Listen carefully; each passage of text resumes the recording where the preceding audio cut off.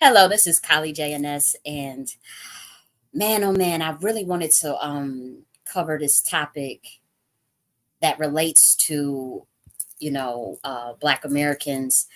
We all know what happened with this story, with this situation with Tulsa, Oklahoma. The courts rejected the last survivors lawsuit. Now, for those that may not have, I'm pretty sure you will be familiar with this story, but there was a Tulsa massacre that happened in 1921, where for the first time in American history, the United States government bombed their own citizens via airstrike bombing, via under the guise of a race riot, but really it was a terror attack, a domestic terror attack enacted by the United States government on its own citizens in 1921 in Tulsa, Oklahoma. And so there were like 300 deaths of Black Americans, thousands of people misplaced.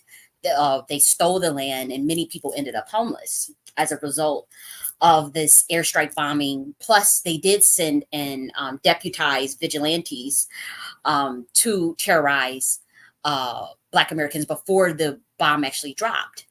And so people were, murdered right in their own homes. Uh, because of propaganda, they would reported a story in the newspaper, and it was pretty much a way to destroy Tulsa, Oklahoma, which was known as like Black Wall Street, because it was a thriving Black city.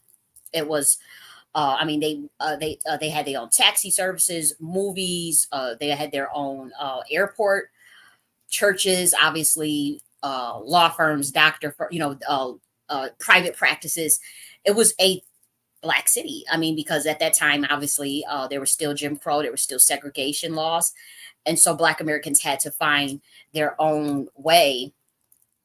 And so they decided to build their own city, and they ended up having more gross domestic product, and more you know the city was more prosperous than the neighboring white neighborhoods.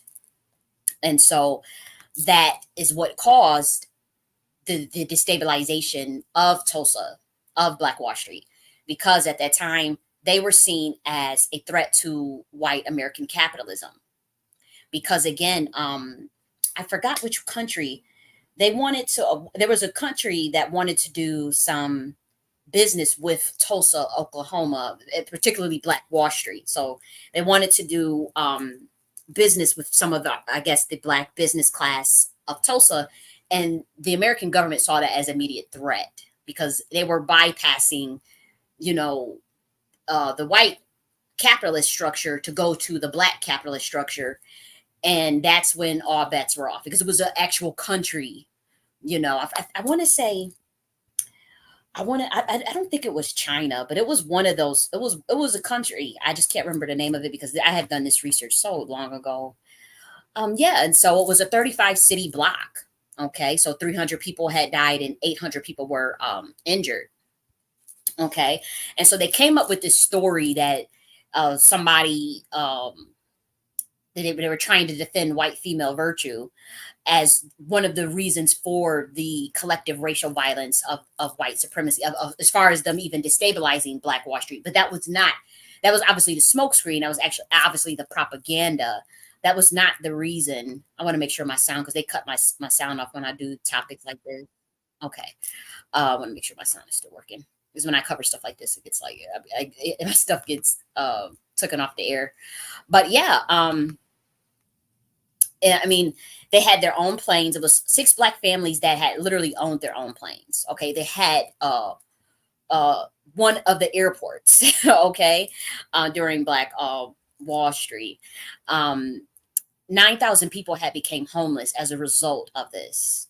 Okay, this Black Wall Street had their own banks, hotels. This is stuff you can look up. This is not just Wakanda fantasy. Like, this is some shit that you can actually go and research for yourself, and you would find, we're talking about JSTOR, peer reviewed research, um, obviously stuff that you would find in a scholar database, JSTOR being one of them. I'm actually on JSTOR right now. And so yeah, this is real stuff. They had their own hotels, movie theater, banks, hotels, cafes, clothing stores, airport, taxi, services. And then they liked a lot of luxuries because at that time, we were circulating a dollar. So it would take about like, I think the dollar was circulating in Black Wall Street. Don't quote me, but at least about 20 times before it actually left the community. Again, this was systematic destabilization in terms of the airstrike bombing that the United States government did. And so, when Black Wall Street got started to really circulate that dollar and utilize, start to build a stable economy, um, the white neighbors that had less became very resentful because it was like the Black Wall Street was like upper class lifestyle. It was they had a remarkable school system. We had our own school, so the black children were really educated by their own people. Black female teachers, and so it was just jealousy. To put to destroy. Um, what they feel was a threat to white capitalism, which would be the Black Wall Street. So they wanted to feel like, okay, you got to put them in the place or whatever. So that's what happened in terms of the domestic white terrorism that caused Black disposition. Um, that was sanctioned by the United States government and actually led, for the first time in American history, America to bomb its own Black American citizens. I'm just taking a swig of water. So now, obviously, we fast forward to 2024 and we have some survivors left. Now, it's not many. A lot of them have died. And we're talking about elders that are in their 100s. All three of them, these three survivors that you see right here, they're all in their 100s. One is, we have, actually, it's only two known survivors of the Tulsa Massacre remain. These are the people that experienced the displacement, that experienced the murders. They again, 300 people murdered, 800 people injured. So there's only two left that are survived. All of the rest of the people have died. And so we have Leslie Bennyfield Randall, who was 109, and then we have Viola Fletcher, okay, who was 110. But then we also had the third one was Hughes Van Ellis, but he died last year at 102. And so we have two Black females, Leslie Benningfield Randall and then Viola Fletcher, who are the last known survivors of the Tulsa Massacre. And obviously, they wanted to seek remedy, rightfully so, for what was a domestic terrorist attack by the United States government on its own citizens. And so they decided to, bring their case for reparations, which would be rightfully so. I mean, there was reparations for the displacement, for the destruction of Tulsa, but these women experienced it. This is not just like, a nothing burger where, you had random people that had no connection to Tulsa trying to get the reparations, right?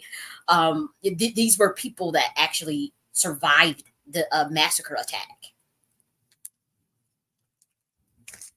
And so they were trying to bring their case. They brought their case rather to the courts.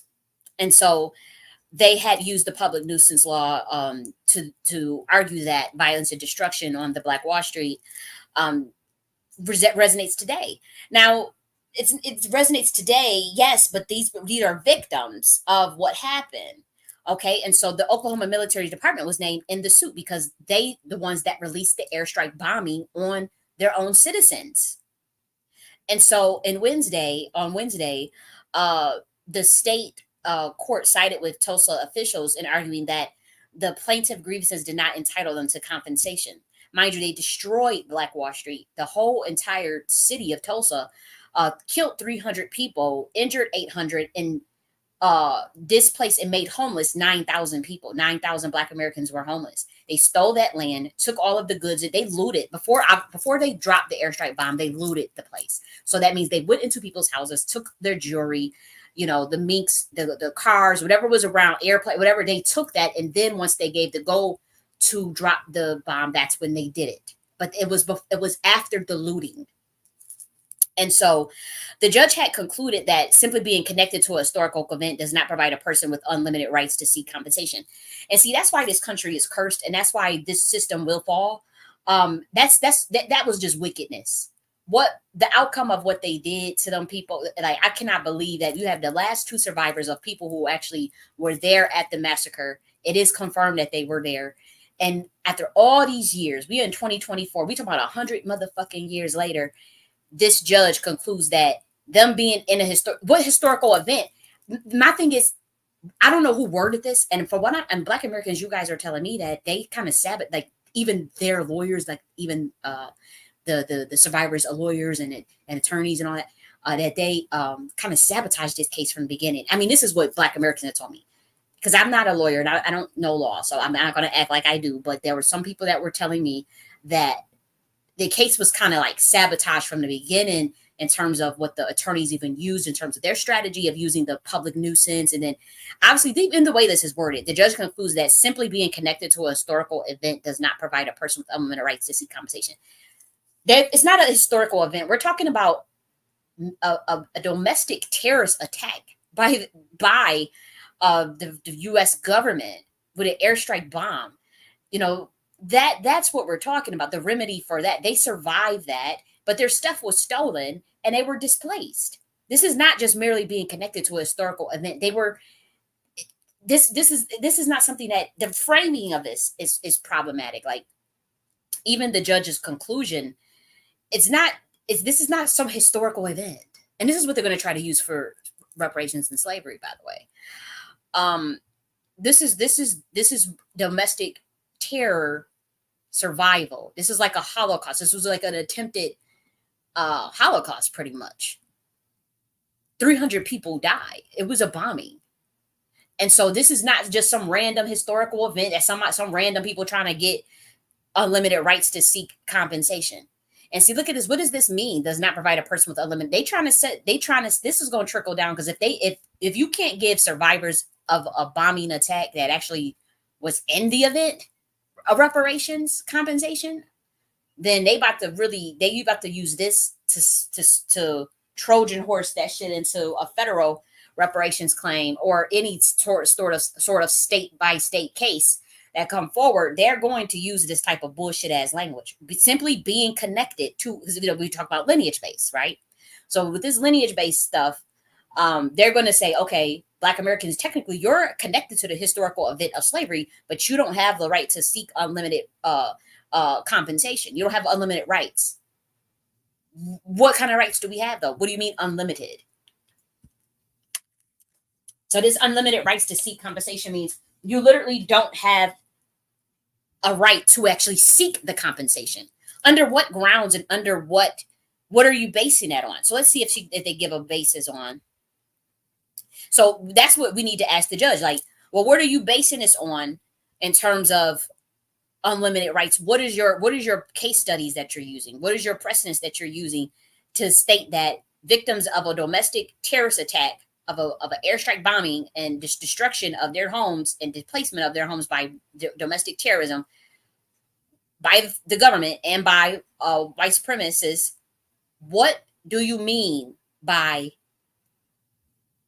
they don't have the unlimited rights to seek compensation? So they're trying to squash down your right to even seek the compensation. Notice they didn't say you didn't deserve it. They said you don't have unlimited rights to seek the compensation. That's that sentence is major for them to even word it this way. You don't have the right to seek. You don't have unlimited rights to seek compensation. What kind of rights do we have? What the judge needs to answer that. And who's to say we don't have unlimited rights? Under what circumstances? Under what are you basing this on? Unlimited rights. I'm a sovereign fucking being. Now they get us in trouble. Those of us that talk like us like that, you know what they do. But we're talking even if we were to argue, okay, I have my super positive rights, which transcends civil rights, human rights, because even human rights within the way that this government has structured it, they even did an okey doke on that. You have to say super positive human rights, which is you get into the wonky spookyism of the supernatural. Like, I am a soul in a human body that is sentient and that is sovereign, and I have alienable rights that are self-evident by God. You have to go and kind of using those kind of languages to back them off, because this is a system. Okay, this is a system based off of Babylonian Luciferian contractual maritime law that you have to contractually be involved in. So whatever, for them to say unlimited, you don't have unlimited rights to seek compensation. That means it's something, a legal loophole that they don't found through something that either the attorneys did, or even something after all these years, they don't got hemmed up as far as like what they might have even explained to the survivors, stuff that was above their pay grade that they didn't understand. But it's some legal loopholes that they're using that is infringing upon their super positive human rights. But if you don't know it, if you don't claim that, then there's nothing you can do, because by law, even just by having a birth certificate or a social security number, they can technically use these type of maritime admiralty laws to limit, like they said, you don't have unlimited rights to seek compensation just because you connect to a historical event. The judge put that out there. They send in a smoke screen. They send in a signal. This is what the states need to use, state by state, with these niggas coming forward with these reparations tasks, and they're talking about the reparations. Everybody use this. This is what the judge is smoke screening. It's signaling. Everybody use this when they start to bring their case, because now Black Americans, you're talking about the reparations. This is legal matter. It's a legal matter. This is what they about to do to y'all asses. I'm telling you now, if they put this shit with survivors of a bombing by the United States government, what you think they're going to say to people who are seeking reparations of a debt that's owed for those who never experienced slavery? They're going to say, okay, you want to go lineage based? Okay, bitch, you connected to an historical event, but you didn't go through slavery, and so you don't have unlimited rights to seek compensation. And they're going to throw your shit away. That's what they about to do, unless you get this as an executive order. That's egregious. Like I said, this country, it's like you spiting your nose. You what is it? Cutting your, was it spiting your nose to cut your face? It's a saying that they use, but that's kind of like what they doing with this type of nonsense. I know they get a kiki out of it because it's a satanic system. So they get, this is like kiki, ha ha ha. This is funny to them to treat two Black American female elders like this, right? This is funny to them. Mind you, these women are in their hundreds. These women have contributed so much to American government as far as paying their taxes, being good citizens, doing everything that they could do to better their community and to, and they get on there and they at the end of their rope, 100. I mean, come on, in hundreds. And they going to spit in these women's faces and tell them, you don't have unlimited rights to seek compensation, even though we airstrike bombed your ass in 1921, 100 years ago. If that ain't some wicked shit, I don't know what is. That's some wicked ass shit. That's wicked. That's wicked to do that. And because these are survivors. I could see if it was some random person in New York talking about, trying to sue on, and get something for what happened with Tulsa and about. I could see, like you might be that lineage, but you didn't actually survive it. But these are like survivors, straight up and down. And so to tell these women, you don't do that to your elders. Like these are like what? These are not the boomers. These are the silent generation, right? Are these the baby boomers or the silent generation? I know they're not Generation X, but for you to treat your American citizens like that, knowing what you did to them 100 years ago, and it's documented and it's recorded, and we know for a fact that you had bombed these motherfuckers. You did this shit. You bombed these people. Look at this. Look at this. Look at this. They bombed these people. And these are our people. This is what they did. Look at this. Clear as day. It wasn't a riot. It wasn't a motherfucking riot. And so here you got these last two survivors in their 100s, Black women. You could do that to Black women.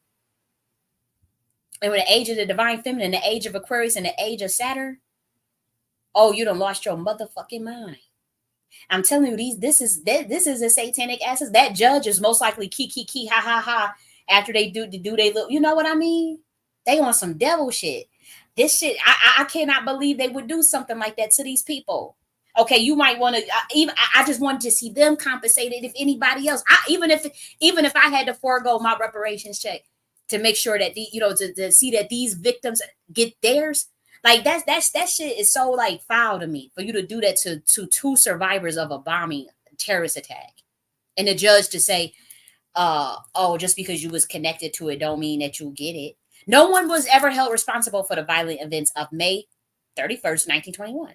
Did y'all know? No one was ever held responsible. 300 Black Americans dead, thousands left homeless. So they just wanted compensation over the Tulsa race massacre.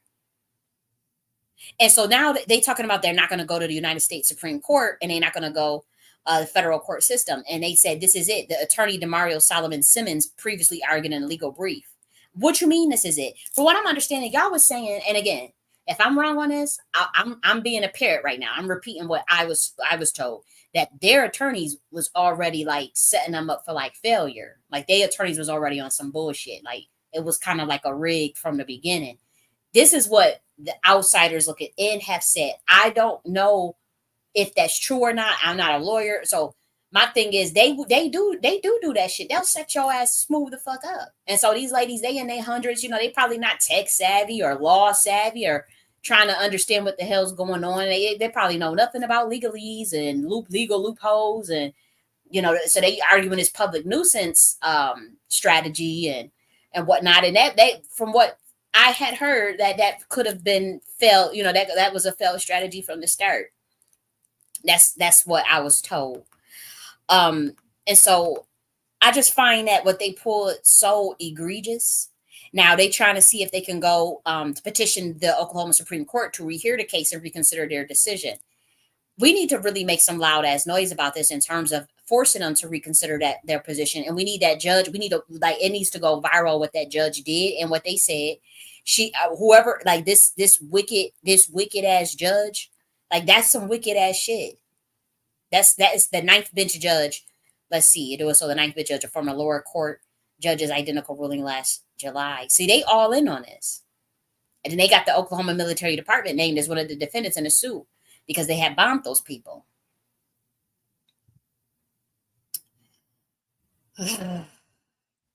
They said that the plaintiff's grievances are legitimate, but they do not fall within the scope of the state's public nuisance statute, the court wrote. See, yeah, so they probably knew that, and the lawyers probably knew that too, because they'll get a kickback. Okay, we set these people up for failure, knowing that that by technicality, this does not fall under the scope of state public nuisance statute. And you know what? Now I believe what you guys was telling me was true, because if the court said this, I heard this months ago from Black Americans, like just on the ground that's not lawyers at all, was telling me, was speaking like they were saying the lawyers setting them up because that shouldn't have been under that public nuisance statute. I remember hearing you guys say this months ago. So now that's what they had ruled, that they said the grievances are legitimate, but they do not fall within the scope of our state's public nuisance statute, the court wrote. So they probably could have used something different that would have been more effective and most likely would have gotten them some type of compensation. And so them lawyers probably did set them up. I mean, either that or they just fucking incompetent.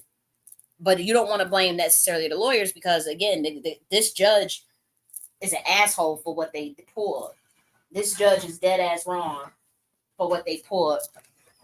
And I would say, I don't agree with the attorney saying that they're not taking it to Supreme Court. Why not? Why not?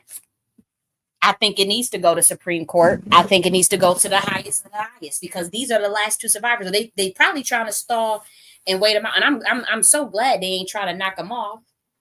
They got these two Black women still left that are 100 in their hundreds. And you don't want to give them their compensation, just compensation, even if it was their land back, like just anything to even remotely show. And that's why I'm saying, like, y'all think this is a game. Like, I know that these people, they can't see what spiritualists can see, and I'm a scholar and a spiritualist. You guys know that. But like, I'm telling you, like, this shit is on its last leg. And I know our people can't even really see that yet. They still in Fun Town, La La Land, 3D, Matrix thinking, not realizing like we can see shit like on different dimensions. Like this shit is literally like It's a shit show. And not only that, it's like the system itself is on its last leg. And so there's a lot of desperation that comes with that. Last hurrah, they know they gotta break bread and hand over power. There was a I don't even want to get into all of this, but I mean, look at the elections, look at our politics, look at everything. This shit don't feel the same. Nothing feels the same because it's not the same. It was a bunch of Americans talking about how they feel these different shifts, energy shifts, something going on, and they feel like, I mean, these obviously there's vibrational shift. There's a vibrational shift. And so what this country is thinking that they're gonna get away with, they thinking it's business as usual. They know at the top that up playtime is over. You got caught, and yeah, you got to get the fuck out of Dodge because your reign is up, your power is up. You got to hand it over. And so they are very much aware of that. They don't really want the average human to know that, but they are aware of that. But they the ones that they like to desecrate, or they like to, things that are sacred, or things that are righteous, or things that, anything that has to do with a sense of ethics and morality, and they perverse that. They like to do the opposite. So this to them was funny, to do this to elder Black American survivors of a bombing attack, of a massacre. This to them was funny. This was like a slap in the face, like ha ha ha, because they know, honestly, they know we in the age of the divine feminine. And they know, and they have been attacking a lot of Black American women spiritualists. I mean, I'm telling you, and I don't care. Oh my gosh, myself included, but like they're doing a lot to fuck with a lot of anybody that's a Black American female that has any modicum. It don't matter your age. That has any modicum of spirituality in terms of being able to shift the vibration. They are attacking those type of women. Our elders are very powerful. Like elder Black women are very powerful if they are tapped into their spiritual side and not corrupt and didn't go along with this system. Those type of women naturally have a lot of prana. They have a lot of prana, meaning life force and ability to shift quantum realm. And so what they're doing, what they know what time we in, and they know what's going on at the top of the highest realms that the average American is completely clueless of. Average American is watching, mukbang and pranks or whatever. And I'm not judging that because I watched the prank too or whatever. But I'm just telling you, like, it's like going down. It's going down on levels that most Americans are not paying attention to, including even those in the reparations space. They still in some 3D fun time matrix, thinking they about to break bread and sit at the table with the system. This system is showing you what they think about you. So all the reparationists that dropped out, I was going to just waltz in and work with the governors and work with these boulets and these legacy organizations and become the new legacy organization or become some agency that helps. This government right here just showed you what the fuck they think about you. The only way you gonna get a shake at their table is if you a fucking sellout. It's as simple as that. You ain't gonna be talking about nothing that's in alignment with your people if you decide to go in from the perspective of a powerless situation where you say you demanding, you say you get in reparations, your debt that's paid, whatever. But if you going in ready to go along to get along, you ain't gonna get shit. Or you gonna get something individually, but you gonna be asked to sell the rest of your motherfucking people out. It's as simple as that. And that's what they about to set up. And you see what this judge did. This judge smooth, straight said the historical event does not provide a person with unlimited rights to seek compensation. Boom. They're about to use that for every reparations case that you bring that is state-based. If it's state-based, them judges, and y'all talking about legal matter now, oh, this is what they about to use. Oh, you better believe it. They about to use it. This was their goal. And they did it off of the back of two sacred Black American century-old ladies that survived a bombing of the government by the government. They layered their ritual. They layered their bullshit to let you know, okay, none of y'all niggas is getting no compensation. You ain't got no unlimited rights to seek no compensation. Bitch, you want to go into our admiralty maritime law system? Uh, you don't got unlimited rights. That's what they telling you. So you have to say, which I said years ago on record, literally on my YouTube channel, when I talked about the theoretical framework for framing reparations under genocide, I talked about supra positive human rights. It was for a reason. I have scholarship on this. Human rights law.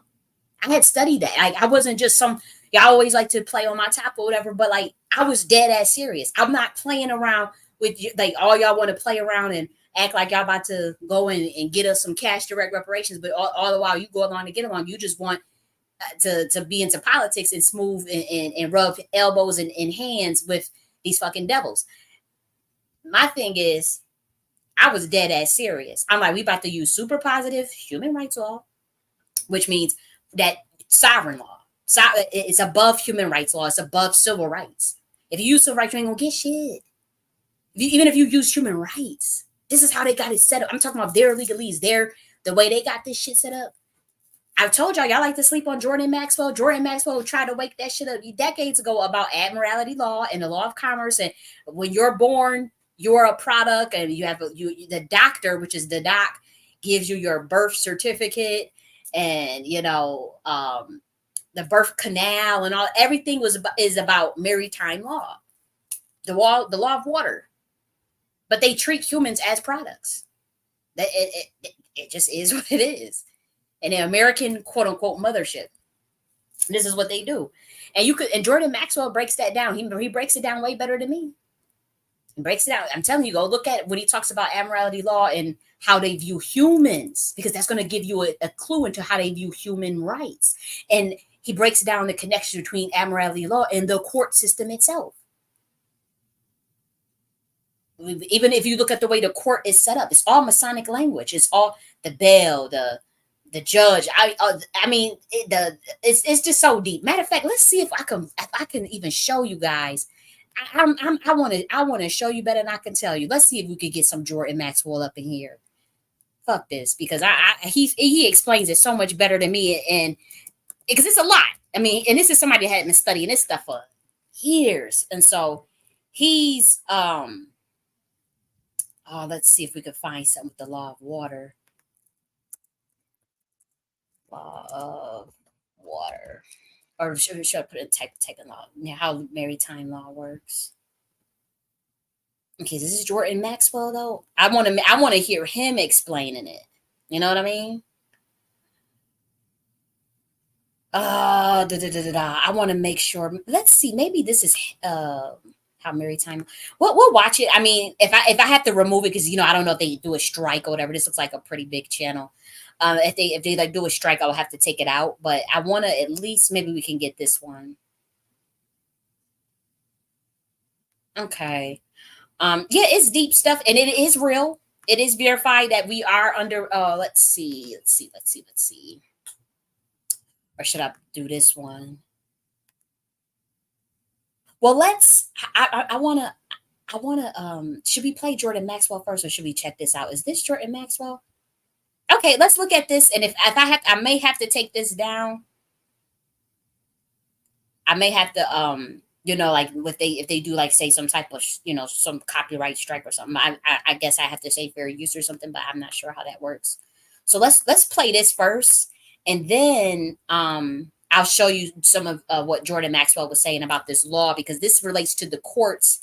And when they talk about how maritime law and what humans are in this system, they probably using that loophole and talking about you don't have unlimited rights to seek compensation. That's something that has to do with this. And this relates to the reparations space, because I was trying to bring this shit up. I was trying to wake this up about super positive human rights law, about maritime law, and y'all that wanted to brush me off and lock me out or whatever. But all this stuff is hitting y'all back in the face, because they're using this law against you, clearly. And so I mean, like I said, y'all got gatekeepers. Y'all wanted this shit. Y'all wanted. I mean, I don't know what else to say. There are gatekeeper sellouts among you guys. They know. This stuff be already rigged. A lot of this stuff be horse and pony show. A lot of this stuff be a trick show. Now, I'm not saying that there's no other solutions or there's no other way out, because I'm not a one that's just going to sit and harp on, okay, this is what they're doing. Oh my gosh. Oh my God. I'll give you my solution at the end. I'm going to give you what I think we should have been doing, what I had been saying 8 months ago, a year ago, about our parallel infrastructures, and about, even devising a plan to take over, to get in this White House, to get into I mean, it's about to be empty. I know y'all watched that damn, they had the situation of, they had like a celebration in for Juneteenth that they had at the White House, and they had, Kirk Franklin singing. Hey, where was the choir at? I'm like, where's your choir? I just saw him dancing with Kamala and shit. And then we see Billy Porter kissing Joe Biden's hand in the golden muumuu, and Joe Biden looked like a robot, and they had him, I guess his black handler, they instructed him to do a fist bump. I mean, that looked crazy. I'm like, is this his clone or something? So it just looked odd, and they pointing to the sky singing, the Kirk Franklin's all his, we remember Kirk Franklin when he first came out, he was a bad man, he was a bad boy. I mean, he came out with some amazing ass songs, Black American songs, like "Do You Want a Revolution?" Woo woo. I don't know what he ain't doing all that now, because he don't went in, played the game, went into the system. But when he first came out, I know you guys remember Stump. I know you guys remember Do You Want a Revolution? Melodies from Heaven. I mean, as a kid, we grew up just knowing that Kirk Franklin was that boy. And then obviously there was a switch up. Like, next thing you know, they don't like that kind of making those type of songs anymore, especially a song like Revolution. Do You Want a Revolution? Woo woo. You're not doing that. But nonetheless, they had him performing at the Juneteenth celebration. And I ain't gonna hold you, I'm looking for the choir. I'm like, okay, I don't see no choir. I just see this weird. It just looks staged. I don't know. Like, the shit looks staged to me. I mean, a lot of the stuff be staged. Like, let's be real. Like, all this stuff is, we know good and hell well, like, all this stuff is staged. Like, it is what it is. But in terms of, so now we're getting deeper. We all know that, they're trying to turn our country into like a banana republic. But on the other end of things, like when we talk about, like, yeah, stuff be staged, or yeah, people be puppets, and they don't really, there's or what, remember in 2016 when Trump was running, a lot of his constituents were saying, like, there was a deep state or shadow government. But what I'm telling you, yes, there is a shadow government. Yeah, we already know that. But what I'm telling you is that is fake. That they don't know what to do. It's not so much like the reason why you see such a shit show amongst, like, like the campaigns and the elections and the politics and the White House and everything. The reason why you see that shit show like that, because those at the top, that's behind this, they have lost their power. They are illegitimate. And I know people say, "Oh, where are you gonna get yourself killed?" Or, "Oh my gosh, you're talking about the 9 families or the reptilian," whatever. Y'all not ready for that rabbit hole. The rabbit hole is deep. Nonetheless, I'm telling you that they don't know what to do. They ran out of electrons. No, seriously, they ran out of steam. They are illegitimate at this point. That they have a treaty. That treaty is up. They have to pass on the power, and they don't want to do it. But then again, they programming has ran out. Why? Because the public is waking up to the nonsense. And again, we talk about paradigm shift. We talk about vibrational shift. All those things are affecting the rulership even at the top, because they can't. They rule on deception and separation. Pretty much just low vibes, low vibration, low frequencies. And since Americans are awakening in terms of the frequency, it's a shift. So now people are questioning things, the legitimacy of things. They're getting tired of the 9 to 5, and they're getting tired of being fucked around. not having access to the American dream, with the millennials having struggling with basic housing. I mean, we can't even get, we having a hard time finding a place to rent, let alone buying a home. People having problems getting a car. People working 2 or 3 jobs and still don't have enough, even for childcare. So our infrastructure is fucked up, and so people are starting to become very disillusioned, and they don't want to they don't want to do right by the people. So it's like now you got a people that's being disillusioned, and they are asking for certain tangibles. Obviously, Black Americans are, but like now you have like Americans realizing like, what are y'all actually doing for us as a government? Y'all supposed to be for the people. And then they at the top was like, bitch, we never was for you. We don't want to be, we don't want to do nothing for you. And now you have a clash. You literally have a fundamental difference in governance, and not just governance, but a fundamental difference in frequency. And so that's why there's going to be a clash, and Americans are probably going to see it. Like the psyops are not going to work. The stage events are not going to work.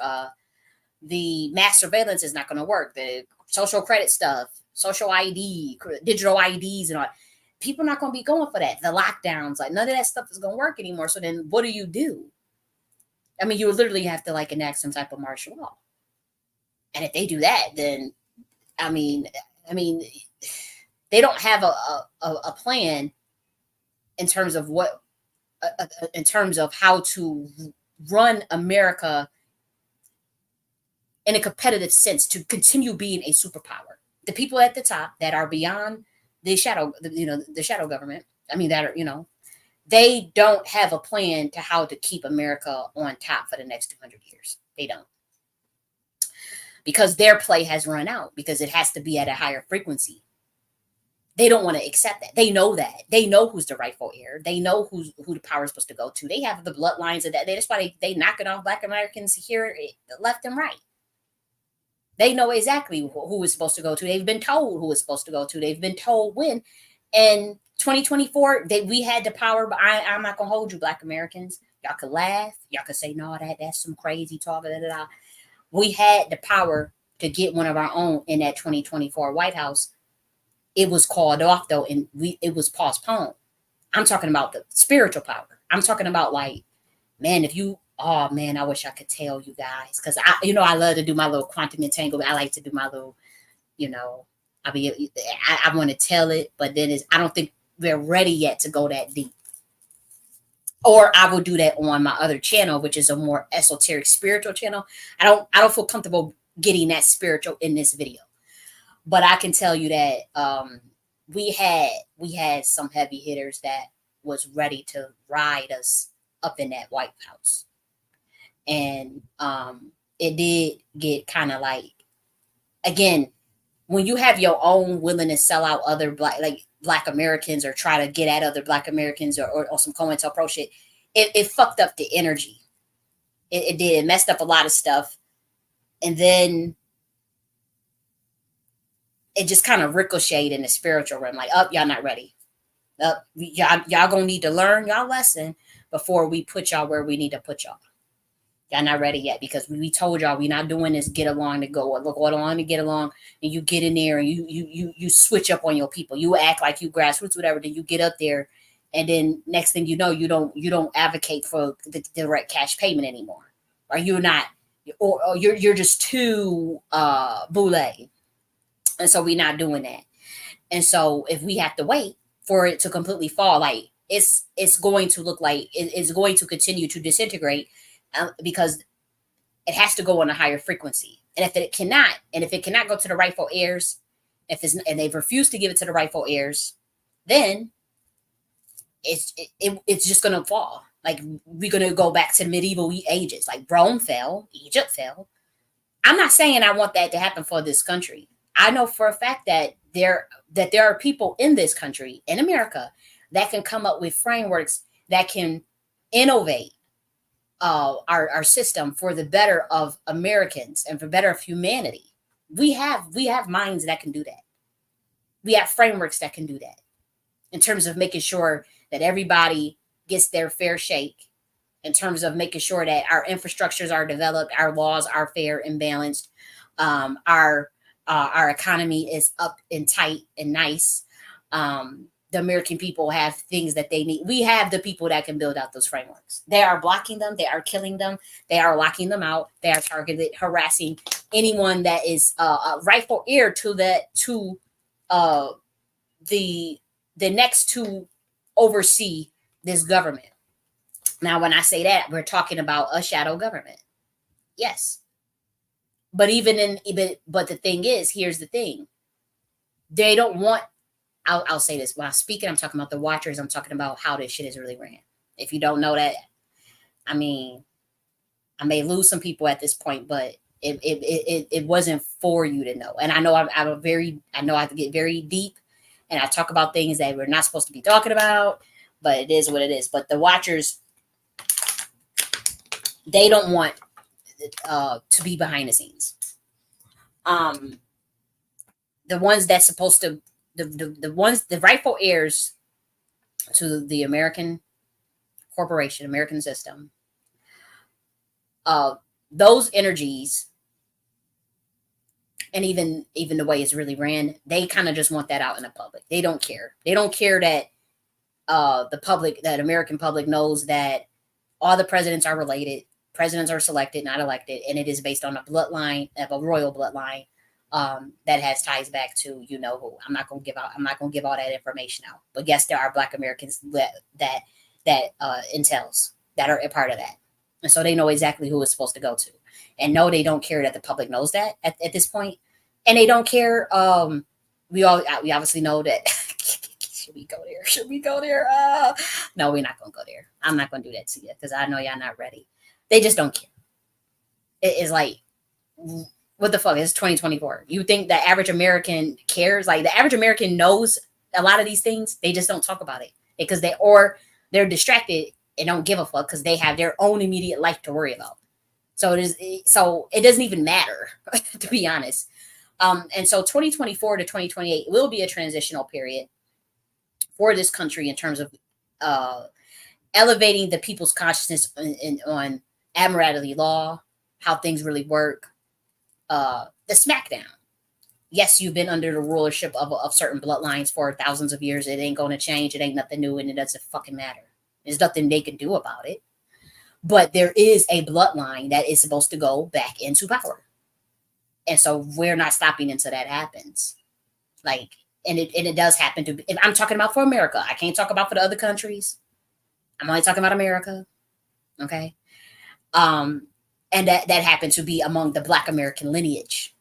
And so them pulling this shit that they pulled with Tulsa, with these 2 elder century old deity Black women's, that, and we all know Tulsa, Oklahoma, you already know most of the Black indigenous come on, Tulsa, Oklahoma? Really? So this is deep. This is some serious shit. And they let you know you don't got no unlimited rights to seek no compensation. We don't give a fuck if we bomb airstrike your ass or not. And you rightful heirs to the land. And we took and you are due compensation from what happened as far as being a citizen of this corporation. And we still ain't paying you shit.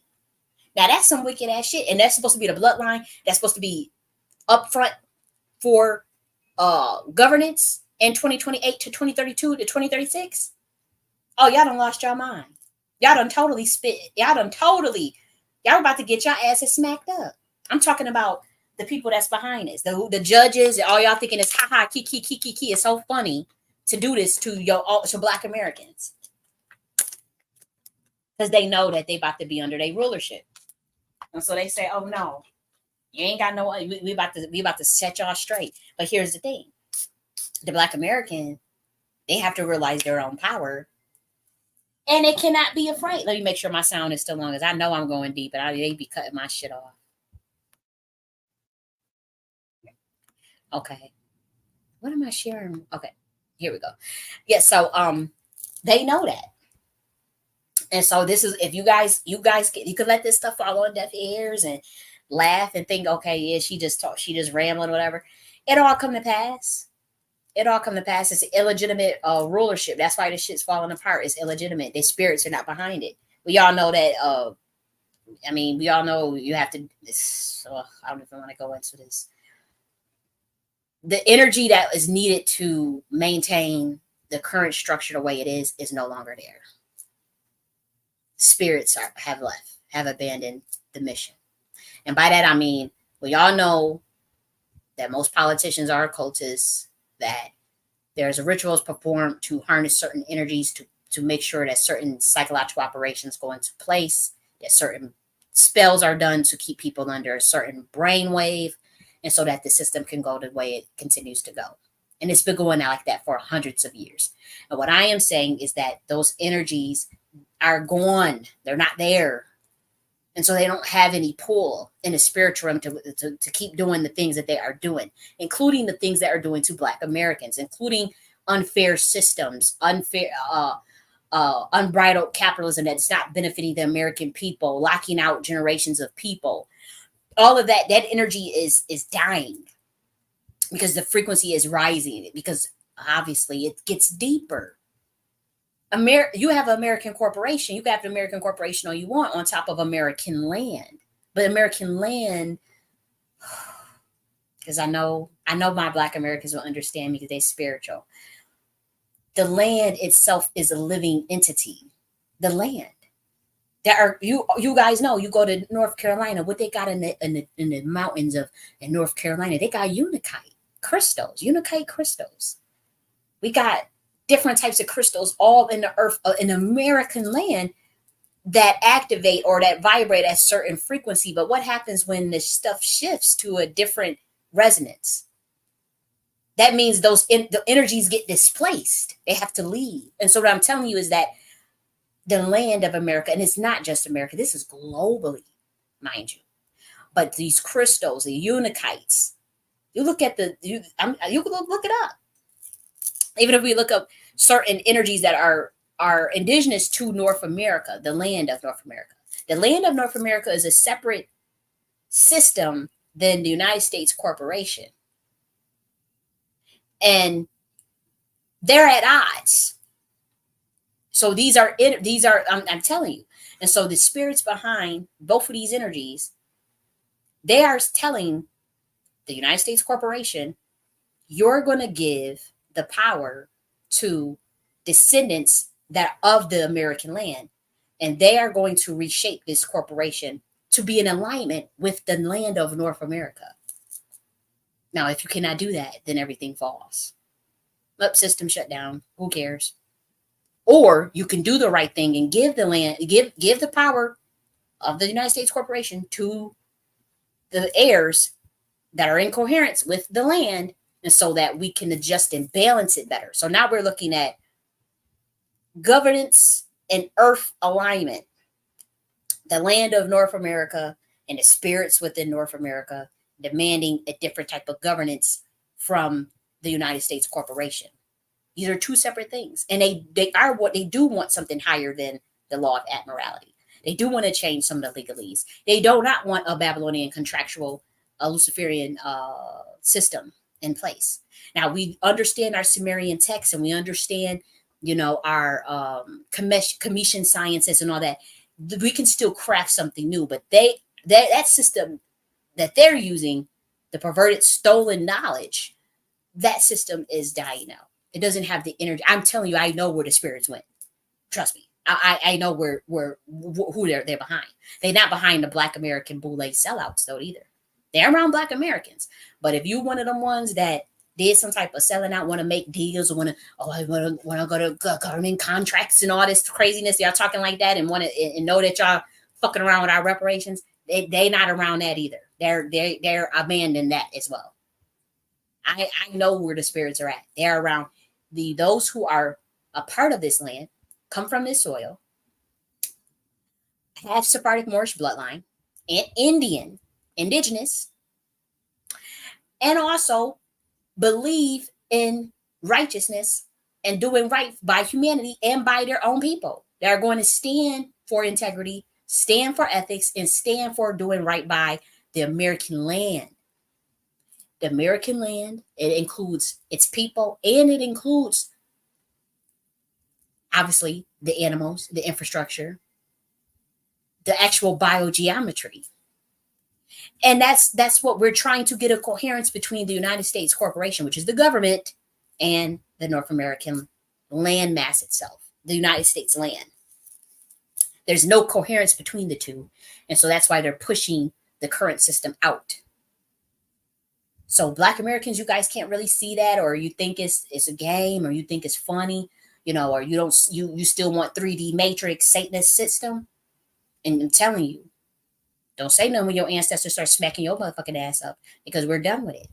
I'm telling you, I've felt that force. I know that it's supposed to be a Black American. That's supposed to be an heir to getting in that White House. And I'm telling you, I remember. Oh man, I want to tell this story so bad, but I just know it's too deep. It's too deep. I'm gonna tell this story so bad. But them are some powerful spirits on our side. They're very primordial. They're very ancient. They're the highest of the highest. They powerful, powerful, powerful. And the Watchers called it off. They said we ready to move. I'm gonna tell you this. Obviously there's a lot of Black American spirits within the land, right?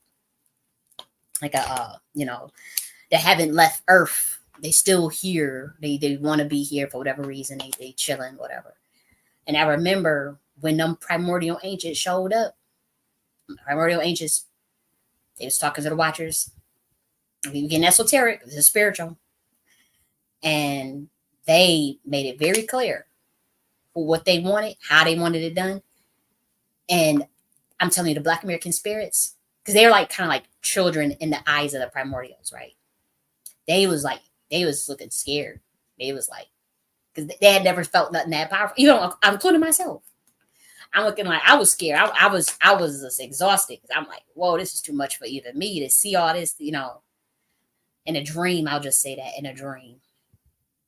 Man, and the rightful heir called it off. Like, nope, not now, not ready.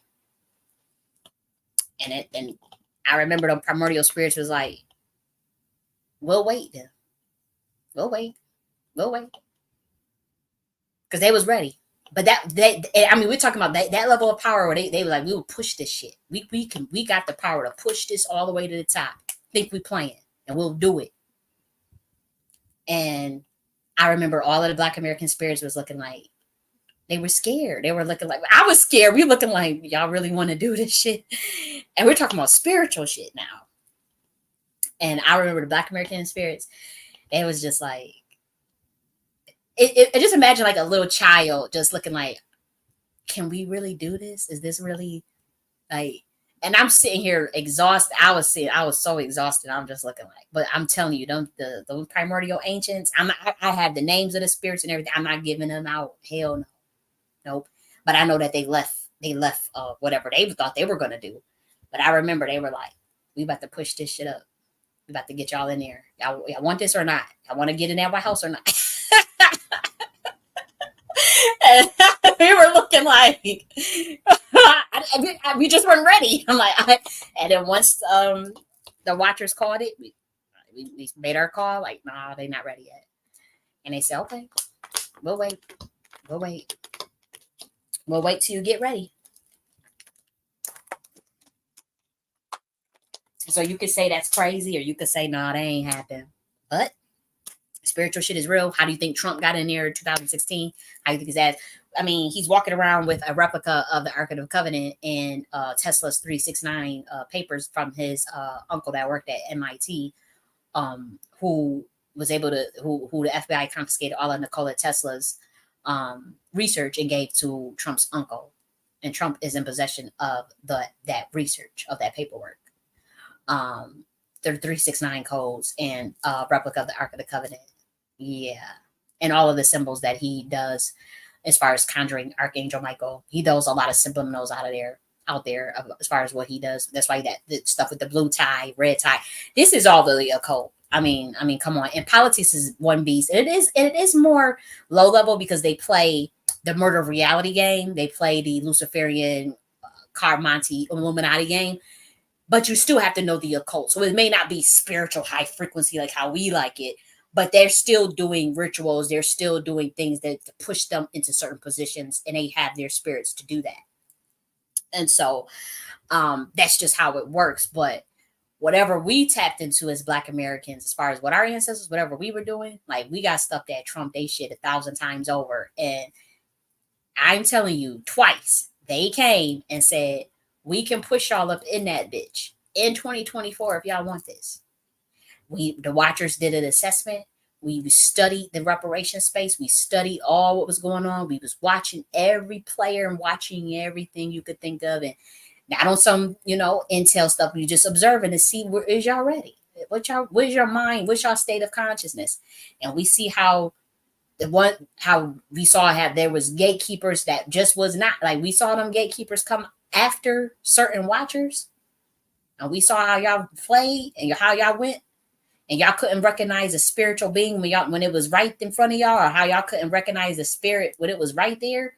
And we said, oh no, because they in the way, and they'll fuck up the play. They'll fuck up the play because they end with this. They took an oath to the satanic system, so they're gonna come after anybody that is speaking directly against it, or wanting to evolve it, or wanting to really do something for their people.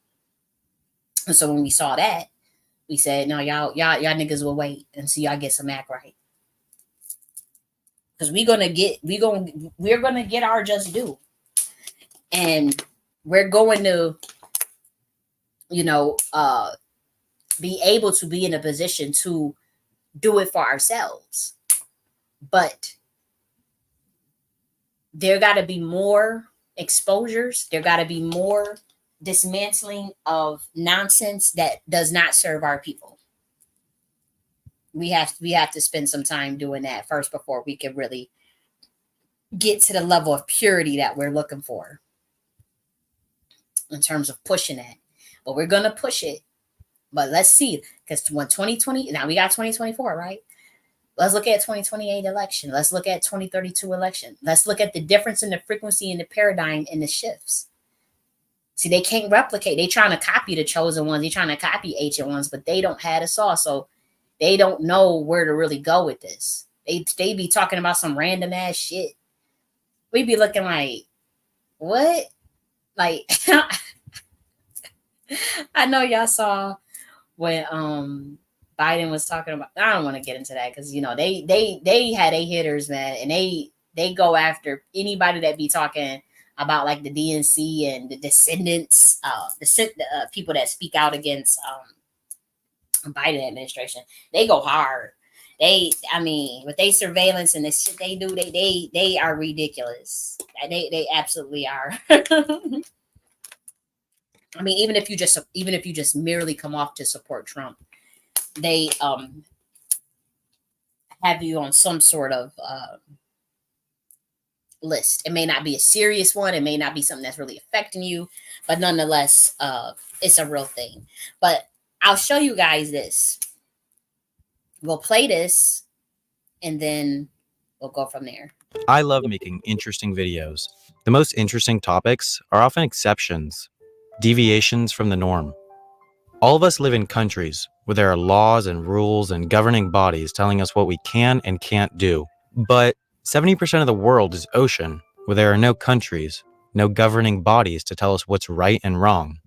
That's why maritime law exists. Let's start with a hypothetical. A baby is born on a cruise ship sailing in the middle of the Atlantic Ocean. What nationality does it take? This is the coast of some fictional place in some fictional country governed by some fictional government. From this line, which is the water line at the lowest low tide, every country is allowed 12 miles of territorial waters. It used to be 3 miles, the distance a cannon could shoot offshore, but that has since changed. Those 12 miles are the property of a country. They can do pretty much whatever they please in it, and all domestic laws apply. Foreign ships are, however, sometimes allowed to enter into these waters under the principle of innocent passage. If ships have an innocent purpose, which does not include fishing, polluting, weapons practice, or spying, they are allowed to pass through the territorial waters of a foreign nation without permission, as long as they do so quickly and without stopping on shore. Beyond the territorial waters, there's another 12 miles of the contiguous zone. This zone allows a country to enforce laws as long as they fall into one of 4 categories. If the laws have to do with customs, taxation, immigration, or pollution, they can be enforced in the contiguous zone. Beyond the contiguous waters is the exclusive economic zone, also known as the EEZ. This zone extends 200 nautical miles from shore. Beyond the territorial waters, the EEZ is in international waters. However, only the country who holds the exclusive economic zone has the right to harvest natural resources in the area. This law was originally set up to help with disputes over fishing rights, but has since been incredibly useful with the boom in oil drilling. All these laws do, however, occasionally cause some disputes due to overlapping zones. This is the South China Sea, an incredibly important waterway. Nearly 1/3 of the world's shipping traffic passes through it, and it reportedly has huge untapped oil reserves. China has this land, so it says it has all this water. Malaysia has this land, so it says it has all this water. Vietnam has this land, so it says it has all this water. Brunei has this land, so it says it has all this water. The Philippines has this land, so it says it has all this water. When 2 countries are less than 400 nautical miles away from each other, it's up to them to decide where their respective economic zones end.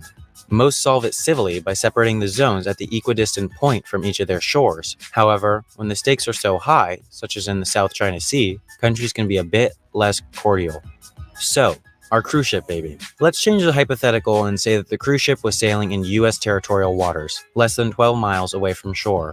Every ocean-going vessel is required to be registered in some country. You'll notice that most large cruise ships are registered in tiny, faraway countries. Panama, a nation with fewer people than Minneapolis, holds the registration of 1/4 of the world's ships because taxes and labor are low. When a ship is in international waters, the laws of the country of registration apply. A ship registered in Amsterdam could legally have prostitution and marijuana on board, as long as they got rid of the drugs and shut down the brothels before sailing into territorial waters. Once a ship is in the territorial waters of a country, the onboard laws switch to that of the country the ship is physically in. This is the same for nationality law. Kinda. A baby born on a Dutch ship within 12 miles of the US is a baby born in America. Since the US is one of the 30 countries that unconditionally grant citizenship to any baby born within the country, a baby born in US territorial waters is lucky enough to receive the world's 8th most powerful passport. There are 2 exceptions to this rule. Foreign diplomats visiting or living in the US with a diplomatic passport are not subject to the laws of the US or any other nation other than their own. Consequentially, the babies of foreign diplomats do not automatically receive American citizenship. Additionally, the babies of individuals staging a hostile invasion or occupation of American territory are not granted American citizenship upon birth. Here's where things get even more confusing. Even though a ship in international waters is an extension of the territory of the nation it's registered in law-wise, the rules for nationality are different. The United Nations Treaty on the Reduction of Statelessness, which is followed by some countries, says that a baby born in international waters should just take the nationality of their parents. Most of the world's countries use this principle of bloodline to determine if a baby should get citizenship rather than whether or not a baby was born in the country. However, there are some countries that won't give citizenship to a baby born outside the country. In that case, the baby would take the citizenship of the country in which the ship was registered. Alright, that's enough with babies. There's a long history of exploiting maritime laws. During Prohibition, US ships started to change their registration to Panama and other foreign countries so they could serve alcohol in international waters. In the mid-century, casino boats left from many cities where gambling was illegal to partake in legal gambling in international waters. In 2005, entrepreneur Roger Green started Seacode, a company that planned to evade US labor laws by placing an old cruise ship 12 miles off the coast of California. They would bring in foreign coders and house them in this ship, where they would not have to abide by US wage laws or go through the difficult visa application process. The idea never came to fruition, but the technical legality of it just shows how convoluted maritime law is. The laws for airplanes are pretty much the same. Technically, once an airplane has taken off, the laws of the country of registration apply. The only law that applies and differs among countries is the drinking age. A British Airways flight from New York to London can serve alcohol to 18-year-olds. However, in most cases, airlines choose to follow the laws of the origin country. Spacecraft also follow very similar laws, and luckily, I have a whole other video just about space law. Make sure to check it out here. You can also click here to subscribe to Wendover Production. Okay, so space law. Interesting. They got Space Force. Keep your motherfucking eyes open. because that's what the enterprise architecture of the Queen Mothership is based on: space law, the law of galactic intermentalism, which is why I am viewed as a threat. But here's that. Now, pay attention to what you heard about this shit, right? This water in this ship. And now Jordan Maxwell is going to tell you how that applies to you as Americans. Now listen to this. Also, if you don't see if you see these videos removed during the playback, that means, unfortunately, we had to remove them due to copyright.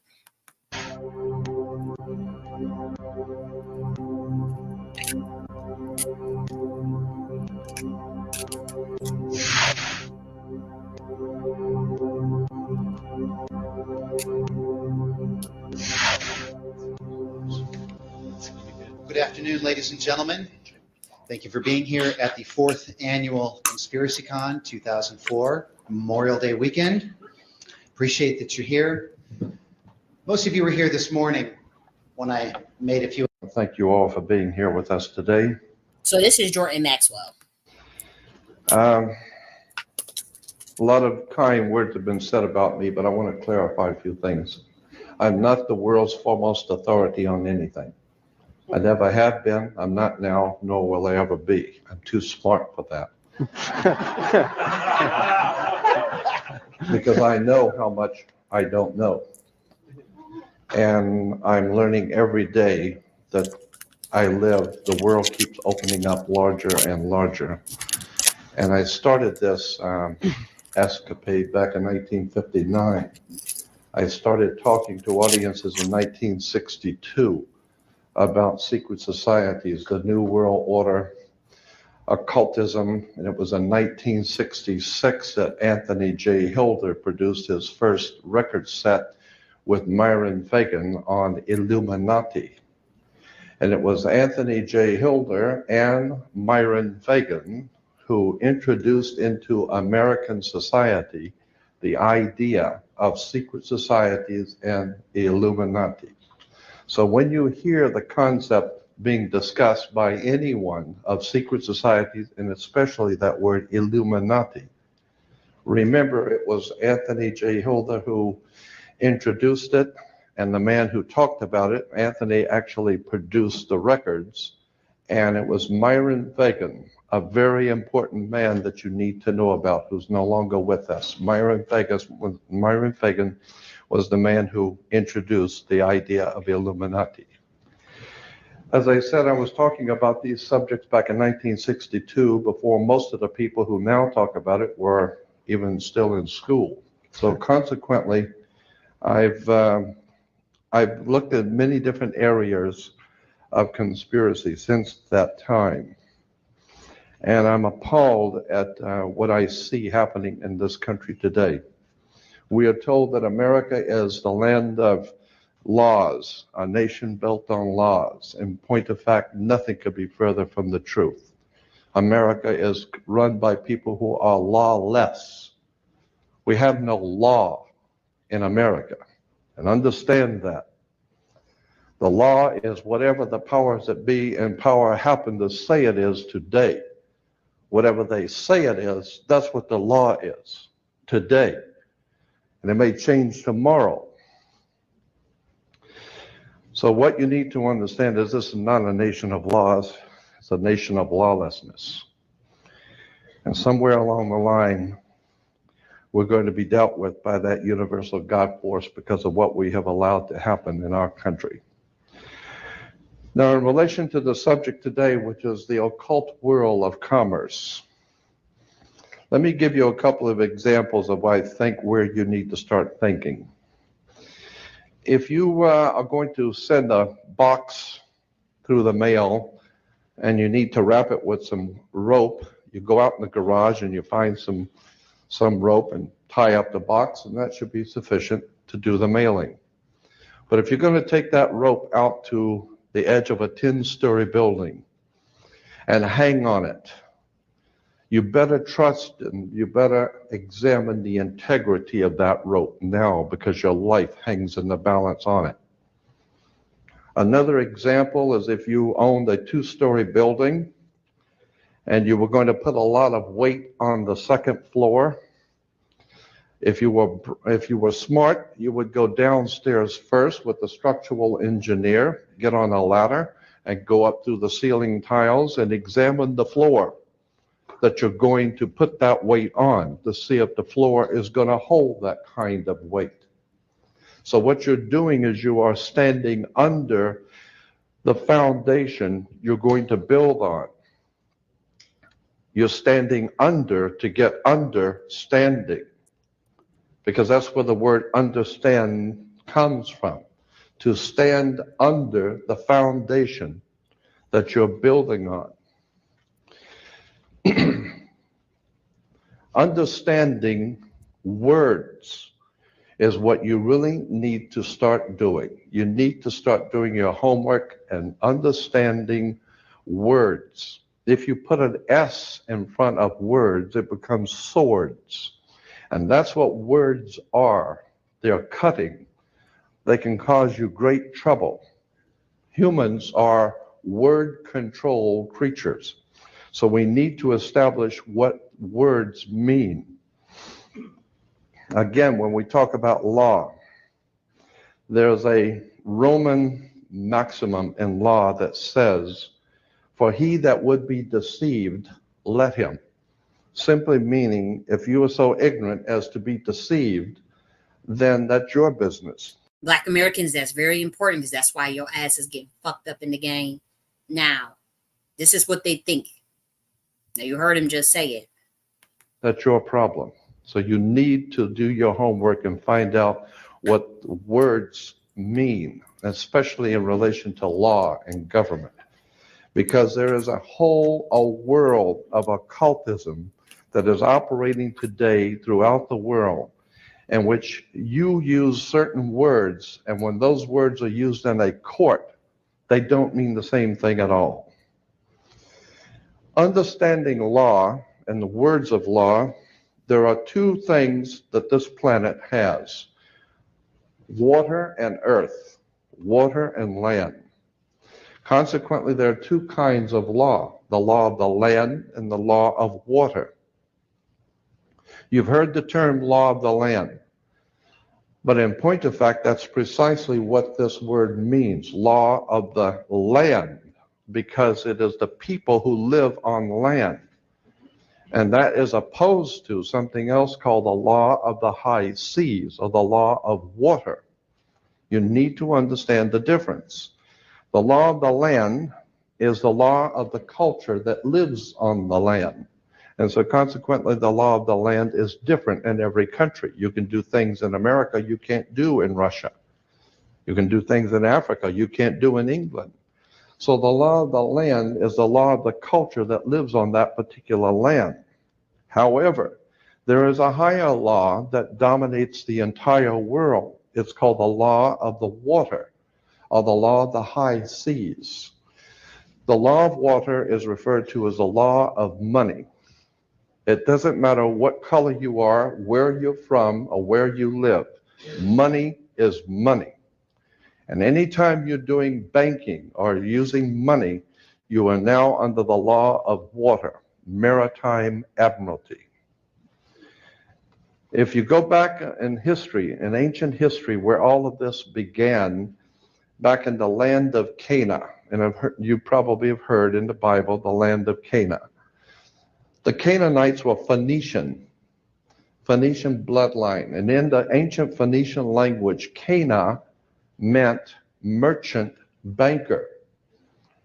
The very word merchant comes from mer, M-E-R, for the sea, for water. As a mermaid, we have merchant. Merchant bankers. Let me give you an example of the difference between the law of water and the law of the land. The law of water, as I said, is a law of banking, money, as opposed to the law of the custom of the people, or the law of the land. The Statue of Liberty must be put in water. It could not be put on American land as such. It had to be put in the harbor, because it's not the Statue of Freedom. It's a Statue of Liberty. Liberty is what a sailor gets when he pulls into port on the ship. He gets liberty. He's not free. So America is not the land of the free and the home of the brave. We're not free or brave, period. We're not free. This is not a free country. Now let me give you an example of how this law of the water works. Why is it that you have to go to court? People are always concerned about going to court. You go to court because you play basketball and tennis on a court. How do you play tennis on a court? You play with a racket. Why? Because that's what it is. It's a racket. And make no mistake, they do not pick words by chance. These words are very serious. They do not use words in terms with no avail. These words are very important.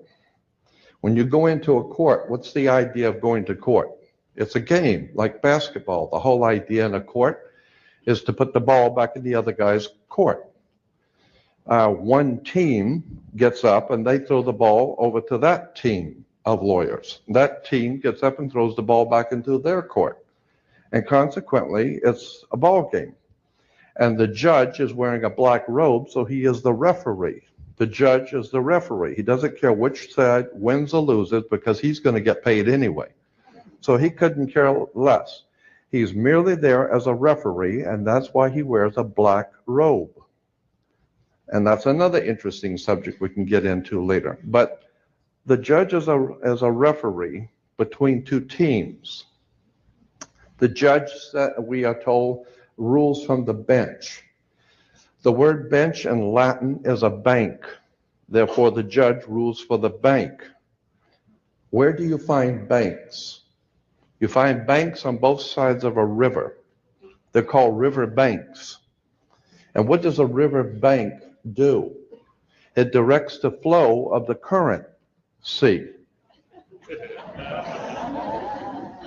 The juice. Consequently, your money is currency because it's the flow, the cash flow. And I'll give you an example of how this works.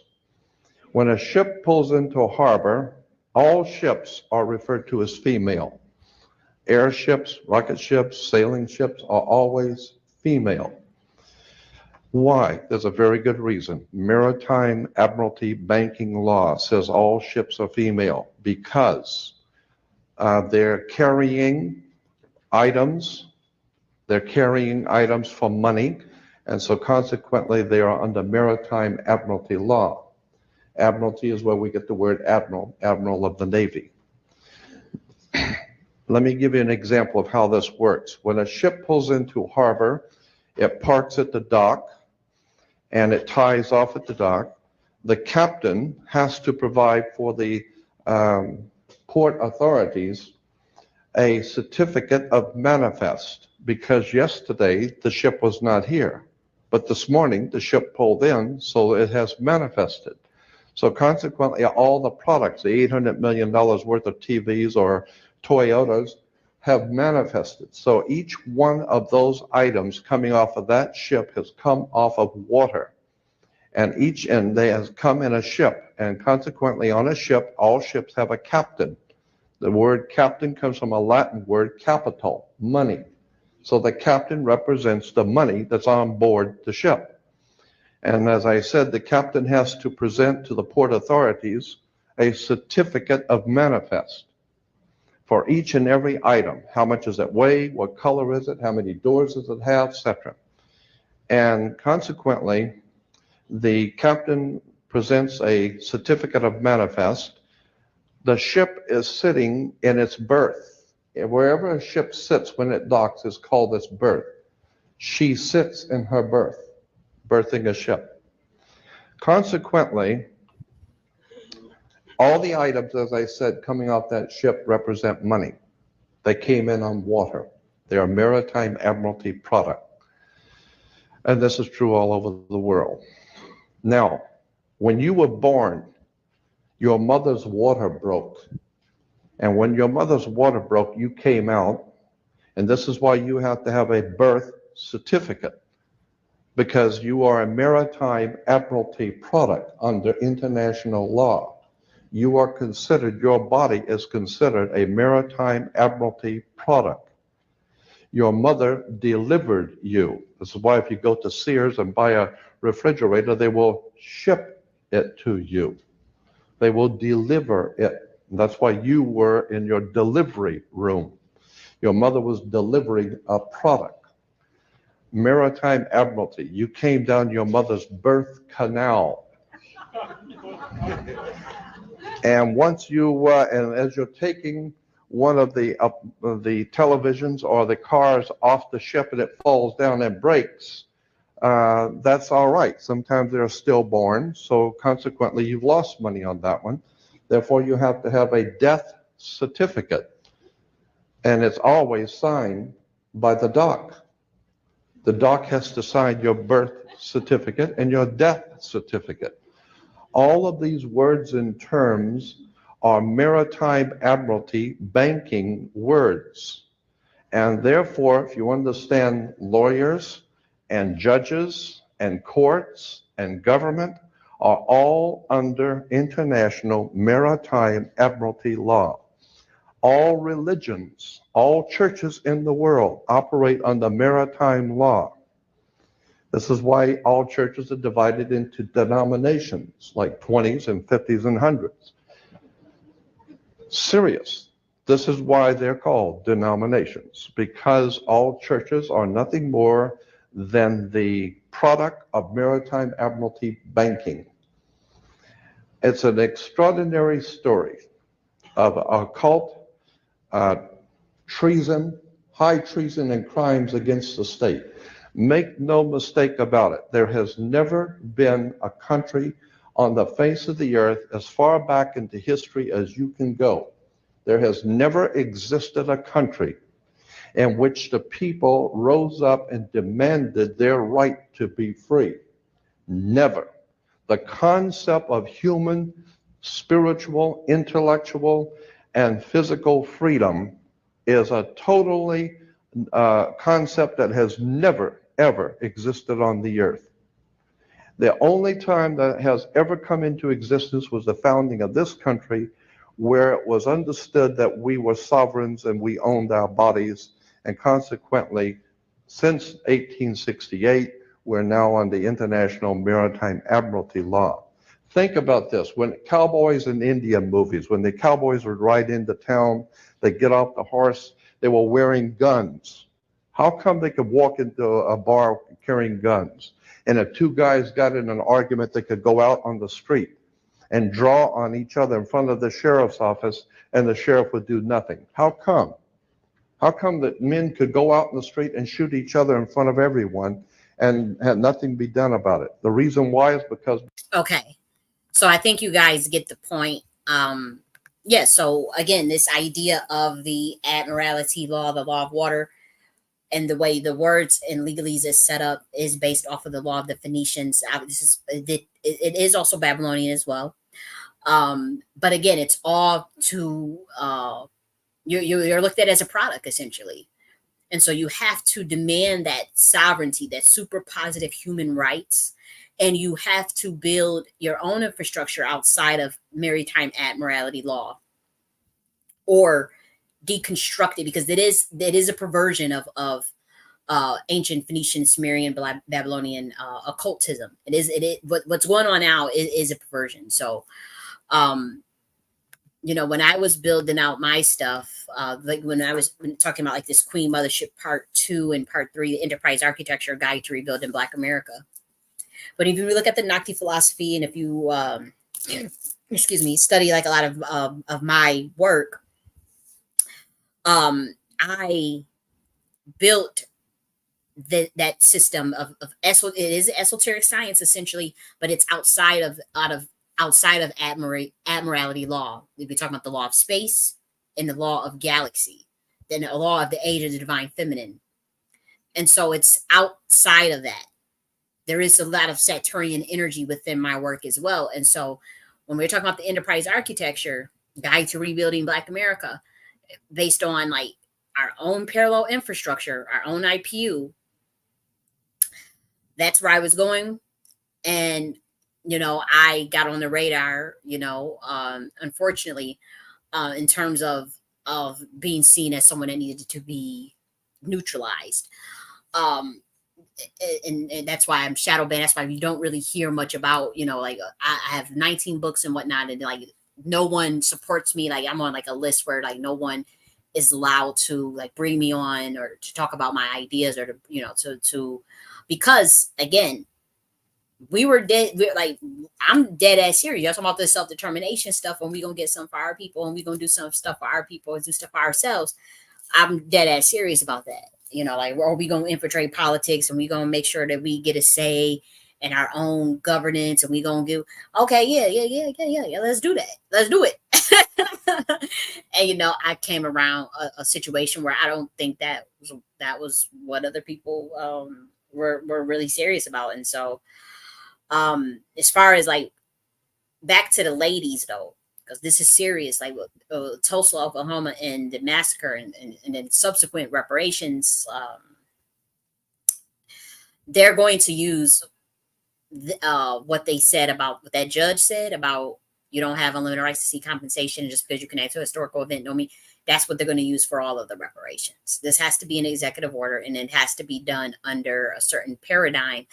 Obviously Trump's not going to do an executive order for us. And Biden's not either in terms of a federal reparations or compensation, Black American redress, however you want to look at it. I say, look at it as redress again, when we look at making a move and putting a move down, I'm not even going to talk about all that stuff right on some damn YouTube, but yeah, I don't hide, my approach and what I'm about.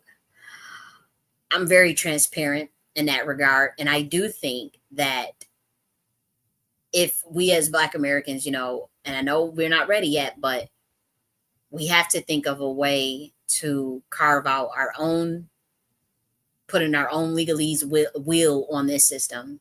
Because again, you just heard Jordan Maxwell talk about how all of this is the code. All of this is the code. It is like the whole system of the laws. Yes, you have to know. If you don't know that, if you're scared to study that, if you're scared to create your own version of this, or awaken your ancestors' version or the correct version of Admiralty law, Phoenician law, however you want to get into it. I created my own shit. I'm like, whatever. And then I also use elements of my ancestor shit and what's divine to me through God. But we gonna have to, that's the way you have to approach this.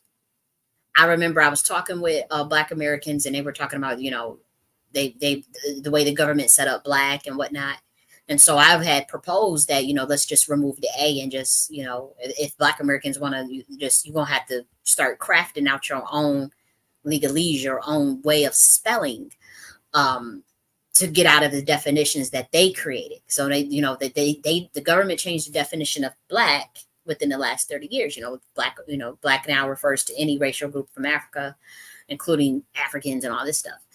And that is very recent. That was not always the case. But this is what is on the federal papers. This is what it is. This is just what it is.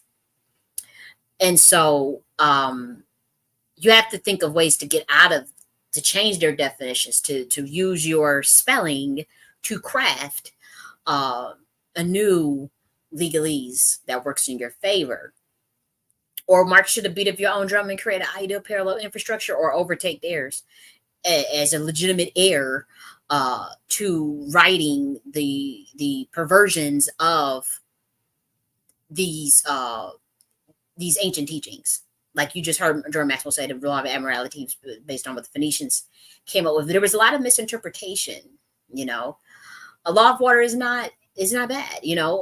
However, we are moving into a new octave, and so planet Earth it has to be in alignment with the law of space, the laws of the universe. We talk about the 12 laws of the universe, obviously.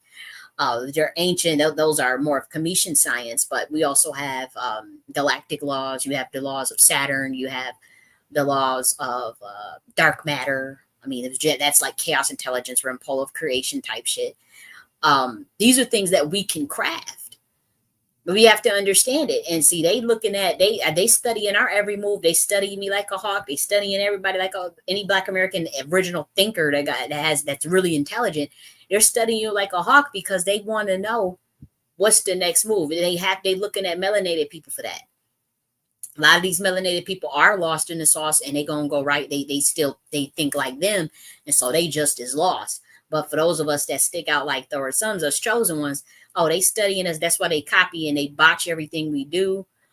They copy us because they don't know where to go with this system. They took those teachings from melanated people and perverted their teachings, and they don't have the energy or the spirits to back their system up anymore. And just to continue the way that they treat humans as products, pretty much, to strip them of their rights through legalese and deception. They don't have that energy. That energy is not going to be sustained in America anymore, globally, actually. And so, Black Americans, you have to decide which direction you want to go. Do you want to go continue with them, or do you want to go with your ancestors? Do you want to go to a new earth, or do you want to continue to be in the hell matrix, 3D hell matrix? Do you want to go to the new earth? Do you want to create a new parallel infrastructure, or do you want to continue to be at the bottom of the caste system? Do you want to take over the American corporation and run it from the perspective of in alignment with the universe and in alignment with the American land, which is our ancestors? Do you want to run it based off of governance that is fair, that is in tune with the age of the divine feminine, that is in tune with planet Earth? Or do you want to continue be corrupt? So that's something that we have to know. And again, these ladies didn't deserve that. They got a lot of grace, because I sure would be cursing the ooh wee. I would have got my money. Now these ladies have a lot of grace, because that shit what they did to them was so unfair. And knowing that they at the end of their rope, and these are the last two survivors, and this country just said, "Fuck you, bitch! I ain't giving you shit." That's what the country just said to elder century-old Black American women who survived a government bombing, an airstrike bombing. That judge is going to hell. That judge is already in hell. It's probably a demon. Because there ain't no way in the world that anybody with humanity in the heart would do that, white or Black. And so a lot of these people that's making these moves and shit, they psychotic. Like, I can't believe that judge did pull that bullshit. And so it does need to be an appeal. We do need to start crafting out our own laws of the universe, the laws of galactic mentalism, which is what the Gnostic philosophy is based on. And we need to really put a move down. And like, it's not going to be easy, because again, they killing us off left and right. They either trying to neutralize us, call us crazy, discredit us. They got fucking COINTELPRO, pro-Black COINTELPRO coming at us, doing sneaky ass shit to try to line motherfuckers up. This shit is real. Okay. They going after your people. That the last ones that we heard what Darren Sills was saying when he was trying to build a parallel economy and stuff, and talking about starting our own trust funds, and they knocked his ass off smooth real quick. And so when you have people talk, it's dangerous to talk like this. But with me, they just shadow ban my motherfucking ass. But we're gonna need our people to really stand up, or you can continue to be a do boy and be a slave to this damn system and don't get nothing. And I'm not saying that to be disrespectful, because pretty much most of these Americans, white or Blacks, they in a subtle form of slavery that they will never admit or even know of. And all of your gatekeepers are in on it, and none of your gatekeepers give a fuck about you. So that lawyer that probably was kiki and getting a kickback got a nice little payoff, and them old ass ladies don't even know about it. That's why you use that stupid ass public nuisance law to even frame the case in, knowing that shit was not relevant to their situation. Survivors of a domestic terrorist attack by and a bombing. Why would you use public nuisance? And so, yeah, it's fucked up. It's fucked up. But I would tell you, like, this country, the United States corporation, not the American land, mind you, United States corporation, And in our in America land are two different entities, two different spirits.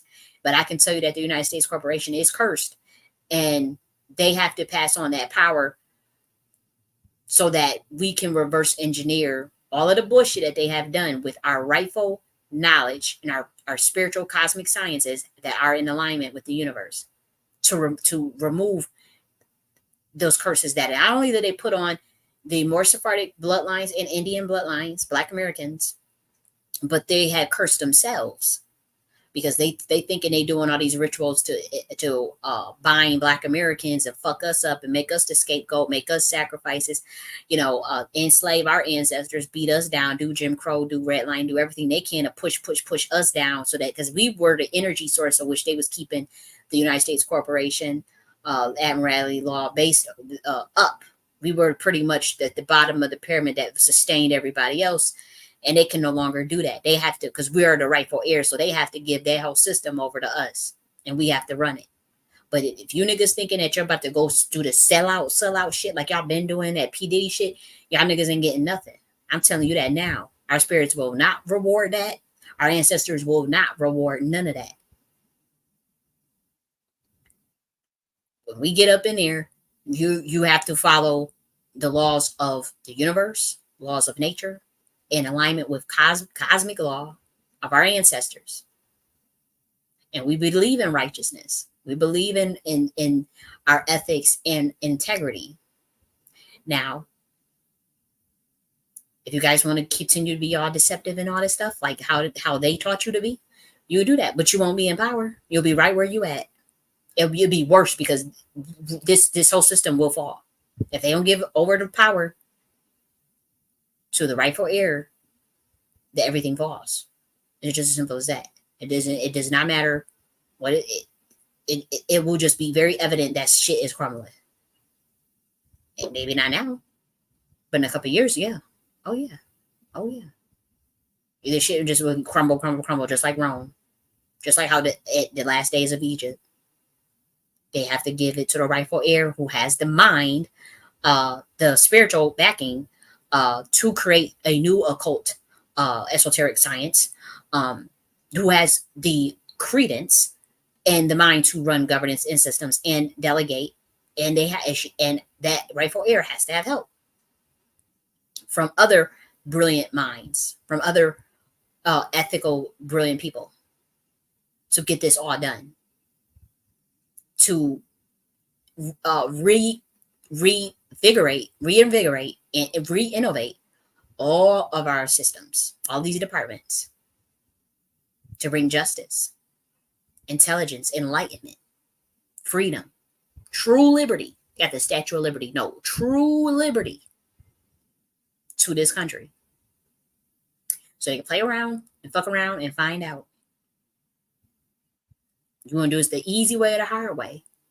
You fucked over these black women deities that's 100 years old. Your ass is motherfucking grass. That was 300 people that you spat on, and then the 800 that was injured, and then the 9,000 that was homeless. And all them people are died. These are the last two left. And they told all of those people, fuck you, bitch. I ain't getting you shit. You ain't getting nothing. After we bombed your ass and stole your land and ruined your whole city. That's what they told them. And they think that they're going to get off scotch-free and not pay for that. Watch Oklahoma suffer. Watch what happens in Oklahoma. You better run for cover. You better run for cover. Because that's fucking ridiculous. That is so fucking ridiculous. You could have just gave on women 50 G's a piece. There's something. They couldn't even do that. You got the money because you print money like it's nothing. And y'all do that to the last two survivors. But then it's really all of the survivors, because you got to figure they all dead. But they was looking to see would they get some compensation too, because these women getting compensated means they get compensated. It's like a ricochet. And so they wanted to pile on another ritual on Black Americans and spit in our faces. And so you spit back in their face. We all check out. What happens when the Black Americans check out and they refuse to be the scapegoat? What happens when they say, fuck that? What happens when the average American says fuck that? What happens when the one day these white Americans are gonna wake up? The Latino, all these Americans that like to get off on making sure black people suffer and that they don't, they all gonna get it too. Because yeah, we may y'all love to pile it all on us, but when they come for your ass, don't say nothing. Don't say you weren't warned. Don't say you weren't warned. We try to warn y'all that they turn this country into a banana republic. We try to warn y'all stupid asses that they taking our rights. They about to put your asses on the social credit system. They about to give your ass digital ID. They about to be able to lock your ass down for whatever fucking reason. They about to be able to shut off your bank accounts and all this shit. We was the ones that dealt with it first. Black people like us, because like me, because we were the ones that had to do with COINTELPRO, Project Phoenix, MK Search and all this. We were the ones that were the guinea pig for the system that's about to come, because we were the ones, black Americans are the ones that speak up against injustice, reparationists like me. Those of us that were activists of any type, we the ones, the scholars, we the ones that got it first. The black Americans got it first as far as the ass spanking and being targeted, harassed and all this shit. Now when you white people get it, don't say we didn't warn your ass.